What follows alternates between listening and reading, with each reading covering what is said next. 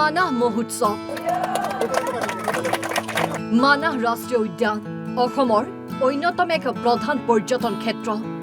মানাহ ৰাষ্ট্ৰীয় উদ্যানৰ বাহবাৰী বনাঞ্চলত অনুষ্ঠিত হৈছে মানাহ মহোৎসৱ শুকুৰবাৰৰ পৰা 31 জানুৱাৰীলৈ 9 দিনীয়া কাৰ্যসূচীৰে আয়োজন কৰা হৈছে এই মহোৎসৱৰ পুৱা মুকলি কৰা হয় মহোৎসৱৰ মুখ্য দ্বাৰ উলিওৱা হয় শোভাযাত্ৰা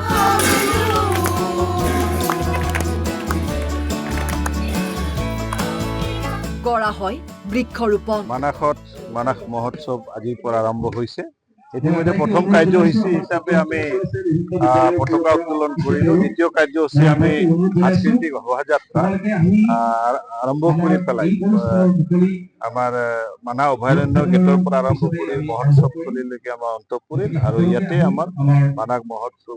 আজিৰ কাৰণে মুকলি কৰিলো মহোৎসৱত প্ৰদৰ্শন কৰা হৈছে পৰম্পৰাগত কৃষ্টি সংস্কৃতি থলুৱা খাদ্য সম্ভাৰ জনগোষ্ঠীয় গাঁৱে আকৰ্ষণ কৰিব পৰ্যটকক মহোৎসৱত আছে জুবিন গাৰ্গ পাৰ্ক আকৰ্ষণীয় বস্তুৰ ভিতৰত ক'বলৈ গ'লে আমি ট্ৰেডিশ্যনেল যিবোৰ উপস্থাপন কৰিব ট্ৰাই কৰিছোঁ ট্ৰেডিশ্যনেল ঘৰ ট্ৰেডিশ্যনেল কালচাৰ গোটেইখিনি আমি উপস্থাপন কৰিছোঁ ইয়াত চুবুৰীয়া বন্ধু ৰাষ্ট্ৰ ভূটানৰ পৰা তিনিটাকৈ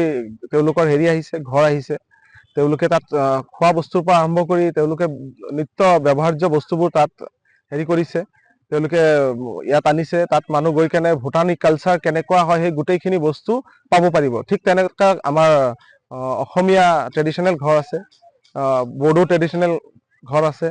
আদিবাসী ট্ৰেডিশ্যনেল আছে আমাৰ গোৰ্খা ভাইসকলৰ গোৰ্খা ট্ৰেডিশ্যনেল ঘৰ চাংঘৰটো বনাইছে মানাহ ৰাষ্ট্ৰীয় উদ্যানৰ প্ৰচাৰৰ বাবে এই মহোৎসৱৰ আয়োজন কৰা হৈছে মানুহৰ জনসঁহাৰি পাব বুলি আশা উদ্যোক্তাসকলৰ হালবাৰীৰ পৰা পবিত্ৰ মণ্ডলৰ ৰিপৰ্ট অসম লাইভ 24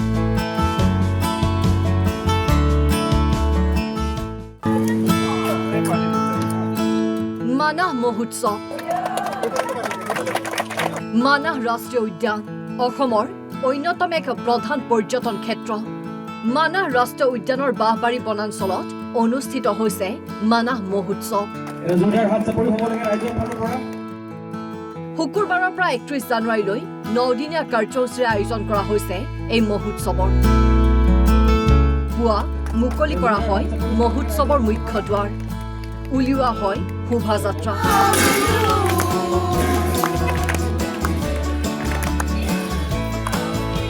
কৰা হয় বৃক্ষৰোপণ মানাহত মানাহ মহোৎসৱ আজিৰ পৰা আৰম্ভ হৈছে ইতিমধ্যে প্ৰথম কাৰ্যসূচী হিচাপে আমি পতাকা উত্তোলন কৰিলো দ্বিতীয় কাৰ্যসূচী আমি সাংস্কৃতিক শোভাযাত্ৰা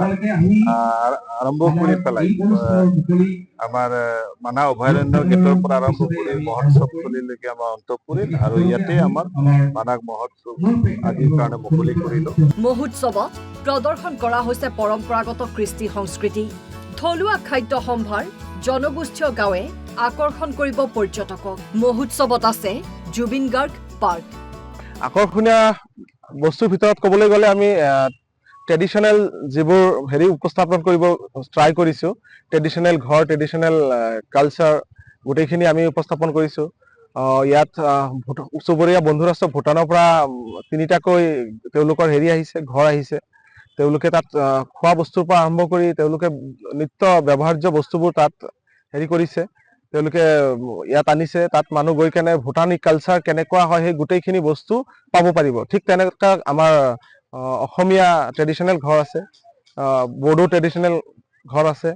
আদিবাসী ট্ৰেডিশ্যনেল আছে আমাৰ গোৰ্খা ভাইসকলৰ গোৰ্খা ট্ৰেডিশ্যনেল ঘৰ চাংঘৰটো বনাইছে